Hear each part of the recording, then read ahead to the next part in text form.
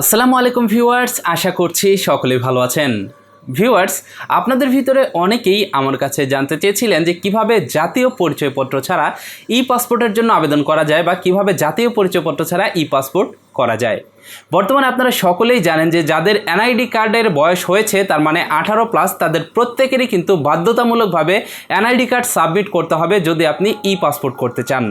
ঠিক তেমনভাবেই আপনার যদি জাতীয় পরিচয়পত্র না হয়ে থাকে, তার মানে জাতীয় পরিচয়পত্র হওয়ার যে বয়স, সে বয়সটা যদি না হয়ে থাকে, যেমন 15 বছর, 11 বছর, 10 বছর যদি এরকম হয়ে থাকে, তাহলেই শুধুমাত্র আপনি জাতীয় পরিচয়পত্র ছাড়া ই পাসপোর্টের জন্য আবেদন করতে পারবেন এবং খুব সহজেই কোনো প্রকার দালাল ছাড়াই আপনি ই পাসপোর্ট নিয়ে নিতে পারবেন। আজকের এই ভিডিওটিতে আমি আপনাদেরকে A to Z জানানোর চেষ্টা করব এবং দেখিয়ে দিব কিভাবে আপনারা জাতীয় পরিচয়পত্র ছাড়া ই পাসপোর্টের জন্য আবেদন করতে পারেন এবং কিভাবে আপনি দালাল ছাড়াই নিজেই নিজের পাসপোর্টের আবেদন করে নিজেই ফিঙ্গারপ্রিন্ট দিয়ে নিজেই নিজের পাসপোর্টটি উত্তোলন করতে পারেন। অবশ্যই ভিডিওটি শেষ পর্যন্ত দেখবেন, আর এই ধরনের ভিডিও আরও পেতে অবশ্যই আমাদের অফিসিয়াল ফেসবুক পেজ এবং আমাদের ইউটিউব চ্যানেলটির সাথেই থাকবেন। বন্ধুরা, চলুন শুরু করা যাক। আপনি যদি এনআইডি কার্ড ছাড়া ই পাসপোর্টের জন্য আবেদন করতে চান, তাহলে আপনাদের যে কাজটি করতে হবে, শুরুতেই যে কোনো একটি ব্রাউজার থেকে epassport.gov.bd ওয়েবসাইটটিতে চলে আসতে হবে। এখানে আসলে আপনি দেখতে পারবেন ল্যান্ডিং পেজ। এখান থেকে অ্যাপ্লাই অনলাইন এই অপশনটিতে প্রেস করলে আপনি এখানে আপনাকে অ্যাকাউন্ট করতে বলবে। এখানে আপনার সকল ইনফরমেশন আপনার বার্থ সার্টিফিকেট অনুযায়ী দিয়ে, ইমেল অ্যাড্রেস দিয়ে এখানে আপনি একটি অ্যাকাউন্ট ভেরিফাই করে নেবেন এবং একটি অ্যাকাউন্ট কমপ্লিট করে ফেলবেন। অনেকেই হয়তো বা অ্যাকাউন্ট খোলা সম্পর্কে বুঝবেন না, সেই ক্ষেত্রে আপনি চাইলে আমার আগের ভিডিওটি দেখতে পারেন। ওই ভিডিওতে আমি বিস্তারিত দেখিয়েছি যে কিভাবে অ্যাকাউন্ট খুলতে হয়। অ্যাকাউন্ট করা হয়ে গেলে আপনারা অ্যাকাউন্টটিতে লগ ইন করবেন। লগ ইন করলে আপনি দেখতে পারবেন আপনাদেরকে এরকম একটি ল্যান্ডিং পেজে নিয়ে আসবে। এবার এখান থেকে ডিরেক্ট টু অনলাইন অ্যাপ্লিকেশন এই অপশনটিতে প্রেস করবেন। এখানে প্রেস করলে দেখতে পারবেন এখানে রয়েছে apply for a new E passport, এই অপশনটিতে প্রেস করবেন। দেন আপনি দেখতে পারবেন আপনাদের সামনে পাসপোর্ট টাইপ চলে আসবে। এখান থেকে দুইটা টাইপের পাসপোর্ট রয়েছে, একটা হচ্ছে অফিসিয়াল আর একটা হচ্ছে অর্ডিনারি পাসপোর্ট। এখান থেকে আপনি যদি অফিসিয়াল না করে থাকেন তাহলে অবশ্যই অর্ডিনারি দিবেন। অর্ডিনারি দিয়ে এখান থেকে 7 কন্টিনিউ। দেন আপনি এইখান থেকে অ্যাপ্লাই ফর মাইসেলফ এই অপশনটিতে প্রেস করে দিবেন এবং এইখান থেকে সিলেক্ট জেন্ডারের জায়গায় আপনি আপনার জেন্ডার সিলেক্ট করবেন। এবার নিচে থেকে আপনি প্রফেশন সিলেক্ট করবেন। এখানে দেখতে পাচ্ছেন যে অনেকগুলো প্রফেশন রয়েছে। এখান থেকে যে প্রফেশনটি আপনার যায় সেই প্রফেশনটি আপনি এখান থেকে দিবেন।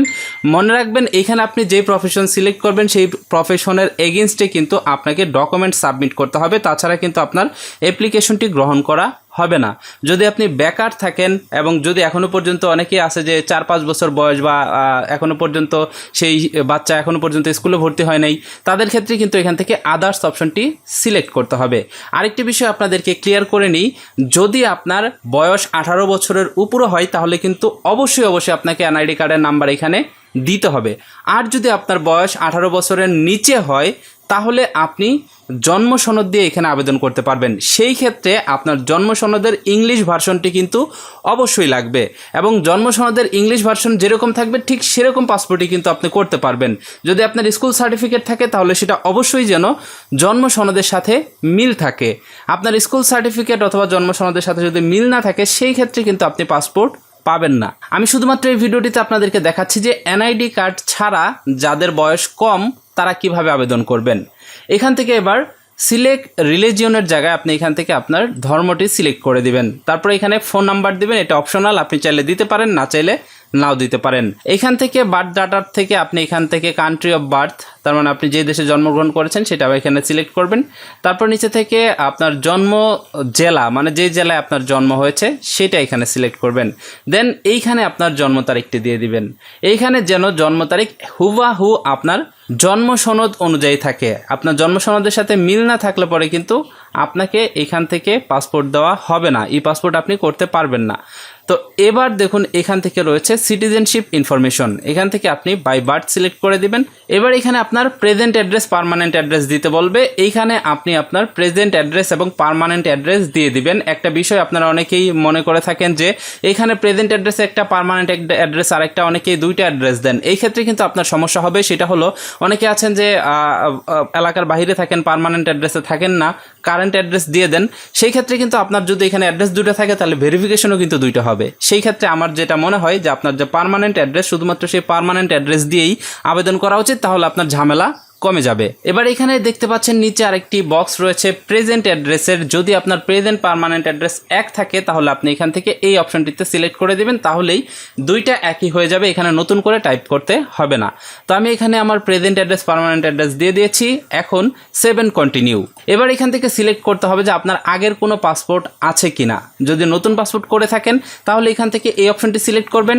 যদি আপনার আগের এমআরপি পাসপোর্ট থাকে তাহলে এখান থেকে এমআরপি পাসপোর্ট সিলেক্ট করবেন, আর যদি ই পাসপোর্ট থেকে থাকে তাহলে ই পাসপোর্ট সিলেক্ট করবেন। যেহেতু নতুন আবেদন করতেছি আমি, তাই এখান থেকে no I don't have any passport. এবার আপনারা এইখান থেকে নিচে দেখতে পাচ্ছেন do you have passport of other countries, তার মানে বলা হয়েছে অন্য কোনো কান্ট্রিতে আপনার পাসপোর্ট আছে কিনা। এখানে নেই, তাই আমি এখানে নো আই ডোন্ট হ্যাভ এটা দিয়ে দিলাম। এবার দেখুন এইখানে আইডেন্টিফিকেশন ইনফরমেশনের জায়গায় কিন্তু বার্থ রেজিস্ট্রেশন নং চলে আসছে। এইখানে কিন্তু আপনি যদি বয়স 18 বছরের উপরে দিতেন তাহলে কিন্তু এখানে অবশ্যই আপনাকে এনআইডি কার্ডটি দিতে হতো। যেহেতু আপনার বয়স 18 বছরের কম, আপনার এখনও পর্যন্ত ভোটার আইডি কার্ডের বয়স হয়নি, সেই ক্ষেত্রে কিন্তু আপনাকে এখানে বার্থ রেজিস্ট্রেশন নাম্বার দিতে হবে এবং এইখানে আপনার ডিজিটাল বার্থ সার্টিফিকেট যেটা রয়েছে সেটার নাম্বার দিতে হবে। এইখানে 17 সংখ্যার বার্থ রেজিস্ট্রেশন নাম্বার দিয়ে সেভ অ্যান্ড কন্টিনিউ এই অপশনটিতে প্রেস করবেন। এবার এইখানে আপনার ফাদার ইনফরমেশন, মাদার ইনফরমেশন দিতে হবে। ভিউয়ার্স, এখানে একটা বিষয় আমি গত ভিডিওতে আমি ক্লিয়ার করেছিলাম না, সেটা হলো এইখানে যে ফাদার ইনফরমেশন আননোন এইটা কেন দেওয়া। অনেকে আছে আমাদের ভিতরে এরকম, বাবা মার সাথে অনেক আগে বিচ্ছেদ হয়ে গেছে, বাবার কোনো খোঁজখবর জানি না, বাবার কোনো ইনফরমেশন জানি না। সেই ক্ষেত্রে কিন্তু আপনি এখান থেকে আননোন অপশনটি সিলেক্ট করবেন। আর এইখানে বাবা মায়ের ইনফরমেশন থাকলে সঠিকভাবে বাবা মায়ের ইনফরমেশন দিয়ে দিবেন। শুরুতে আপনার বাবা মায়ের এনআইডি কার্ড অনুসারে যে নাম রয়েছে সেই নামটি এখানে দিবেন। তারপর এখান থেকে বাবার প্রফেশন সিলেক্ট করবেন। এখানে বাবার প্রফেশন সিলেক্ট করলে বাবার প্রফেশনের এগেনস্টে কোনো প্রকারের দলিল দাখিল করার প্রয়োজন নেই। এক্ষেত্রে আপনি এখান থেকে বাবার প্রফেশনটি সিলেক্ট করবেন। তারপর এখান থেকে রয়েছে ন্যাশনালিটি, আপনি এখান থেকে আপনার বাবার ন্যাশনালিটি সিলেক্ট করবেন। তারপর আপনার বাবার ন্যাশনাল আইডি কার্ডের নাম্বারটি এখানে দিবেন। যদি থাকে তাহলে দিবেন, না থাকলে দেওয়ার প্রয়োজন নেই। এবার নিচে সেম একইভাবে মায়ের ইনফরমেশন, মায়ের নাম, প্রফেশন, ন্যাশনালিটি এবং আইডি কার্ড যদি থাকে তাহলে দিবেন, আদারওয়াইজ না। এবং নিচে দেখতে পাচ্ছেন একটা অপশন রয়েছে গার্ডিয়ান ইনফরমেশন। তো এখানে যদি বাবা মা না থাকে তাহলে এই ক্ষেত্রে আপনি এখান থেকে এই অপশনটি উঠিয়ে দিয়ে এখানে গার্ডিয়ান ইনফরমেশন দিতে পারেন। বাবা মায়ের ইনফরমেশন দেওয়ার পরে সেভ এন্ড কন্টিনিউ। এবার চলে আসবে আপনার স্পাউস ইনফরমেশনে, তার মানে যদি আপনি বিবাহিত থাকেন তাহলে ম্যারিটাল স্ট্যাটাস এখান থেকে সিলেক্ট করে দিবেন, দেন সেভ এন্ড কন্টিনিউ। এবার এখানে ইমার্জেন্সি কন্ট্যাক্ট, এটা কিন্তু ইম্পর্ট্যান্ট একটা জিনিস।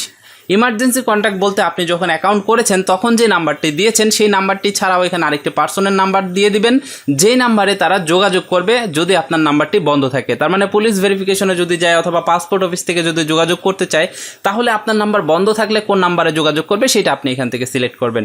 এখান থেকে শুরুতে আপনি সিলেক্ট করবেন যে আপনি কার নাম্বার দিতে চান ইমার্জেন্সি কন্ট্যাক্ট হিসাবে। এখান থেকে ফাদার, মাদার, ব্রাদার এখান থেকে আপনি সিলেক্ট করতে পারবেন।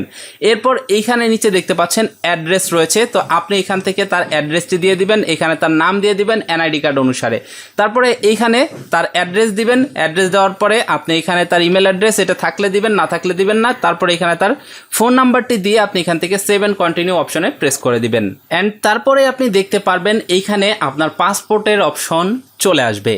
এখানে দেখতে পাচ্ছেন আপনি শুধুমাত্র এখন 5 বছরের ভ্যালিডিটিতে পাসপোর্টের জন্য আবেদন করতে পারবেন। আগে কিন্তু এখানে 10 বছরের অপশনটি ছিল, এখন কিন্তু সেটা উঠিয়ে দেওয়া হয়েছে। হয়তোবা কিছুদিন পরে আবার দিতেও পারে, নাও দিতে পারে, এই বিষয়ে আমার কোনো ধারণা নেই। তো এখান থেকে কিছুদিন আগে 48 পেজ উঠিয়ে দিয়েছিল, আবার এটা নতুন করে অ্যাভেলেবেল হয়েছে এবং এখানে 64 পেজ এখানে দেখতে পাচ্ছেন। তো এইখান থেকে আপনি 48 পেজের যদি পাসপোর্ট নিতে চান 5 বছর ভ্যালিডিটি সহ, তার মানে 5 বছর মেয়াদ সহ নিতে চাইলে আপনার ব্যাংক জমা করতে হবে 4025 টাকা। যদি আপনি 64 পেজের নিতে চান 5 বছর মেয়াদে তাহলে এখান থেকে 6325 টাকা। এবার এখান থেকে এই অপশনটি সিলেক্ট করে আপনি সেভ এন্ড কন্টিনিউতে প্রেস করবেন, দেন আপনাকে নিয়ে যাবে ডেলিভারি অ্যান্ড ইনফরমেশনে। এবার এখানে আপনি ডেলিভারির ধরন পাবেন 2 ধরনের, একটা হচ্ছে রেগুলার ডেলিভারি আর একটা হচ্ছে এক্সপ্রেস ডেলিভারি। রেগুলার ডেলিভারি হলো আপনাকে এইখানে একটা নির্দিষ্ট টাইম রয়েছে, যেমন দেখুন এখানে যদি আপনি রেগুলার ডেলিভারিতে পাসপোর্টের জন্য আবেদন করেন তাহলে 15 থেকে 21 দিনের ভিতরে আপনার বায়োমেট্রিক এনরোলমেন্টের ডেট থেকে 15 থেকে 21 দিনের ভিতরে আপনাকে পাসপোর্টটি দিয়ে দেওয়া হবে। আর যদি এক্সপ্রেস ডেলিভারিতে আপনি যদি আবেদন করেন তাহলে এখান থেকে 7 দিন থেকে 10 দিনের ভিতরে আপনার পাসপোর্টটি আপনি পেয়ে যাবেন। তো এখান থেকে দুইটার কিন্তু প্রাইস আলাদা। রেগুলার ডেলিভারিতে নিলে 4025 টাকা পড়বে, আর যদি এক্সপ্রেস ডেলিভারিতে নেন তাহলে 6325 টাকা পড়বে। এখান থেকে রেগুলার বা এক্সপ্রেস যেটা আপনার প্রয়োজন সেটা সিলেক্ট করে দিবেন। দেন এখান থেকে save and continue. Save and কন্টিনিউতে প্রেস করলে এবার আপনি দেখতে পারবেন আপনি যে ইনফরমেশনগুলো দিলেন সকল ইনফরমেশনগুলো আপনার সামনে শো করতেছে। প্রত্যেকটি ইনফরমেশন আপনি এখানে খুবই ভালোভাবে দেখে নেবেন, কোনো ইনফরমেশন যেন ভুল না হয়। এখানে যদি কোনো ইনফরমেশন ভুল হয় তাহলেই কিন্তু আপনি বিপদে পড়ে যাবেন, তার কারণ একবার সাবমিট হয়ে গেলে পরবর্তীতে এটা কিন্তু সংশোধন করা অনেক কষ্টের বিষয়। এরপর আপনি এখান থেকে সকল কিছু ঠিক থাকলে confirm and proceed to payment এই অপশনটিতে প্রেস করবেন এবং confirm and proceed to payment এই অপশন সিলেক্ট করবেন। দেন আপনি দেখতে পারবেন আপনাদের সামনে এইরকম একটি পেজ চলে আসবে। এবার এইখান থেকে আপনি দেখতে পারবেন এখানে অনলাইন পেমেন্টের অপশনটি এখানে টেম্পোরারি অ্যাভেলেবেল নেই, তার মানে অনলাইনে পেমেন্ট করার অপশন নেই। এখন আপনাকে অফলাইনে পেমেন্ট করতে হবে। অফলাইনে কিভাবে পেমেন্ট করবেন, এখানে দেখুন কিছু ব্যাংকের নাম রয়েছে। এই ব্যাংকগুলোতে গিয়ে আপনার এইখানে যে ফর্মটি দেওয়া হয়েছে সামারি ফর্ম, এই ফর্মটি নিয়ে গিয়ে আপনি খুব সহজেই আপনার পাসপোর্টের জন্য টাকা জমা দিতে পারবেন। এবার এখান থেকে আপনি কন্টিনিউতে প্রেস করবেন। কন্টিনিউতে প্রেস করলে আপনি দেখতে পারবেন যে আপনাদের সামনে এখানে সামারিটি চলে আসছে।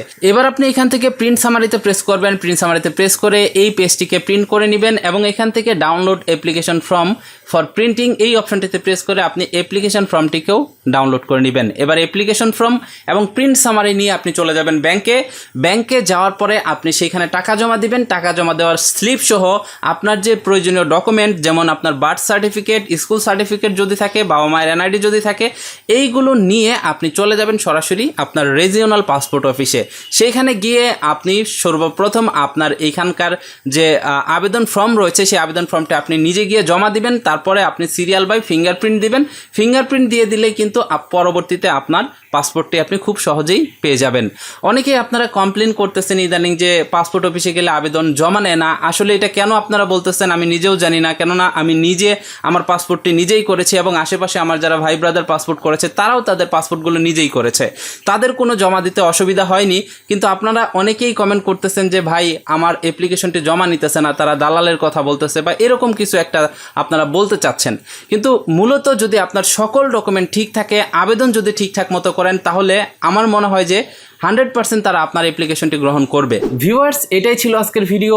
আশা করছি আপনারা বুঝতে পেরেছেন কিভাবে আপনারা জাতীয় পরিচয়পত্র ছাড়াই আপনি পাসপোর্টের জন্য আবেদন করতে পারেন।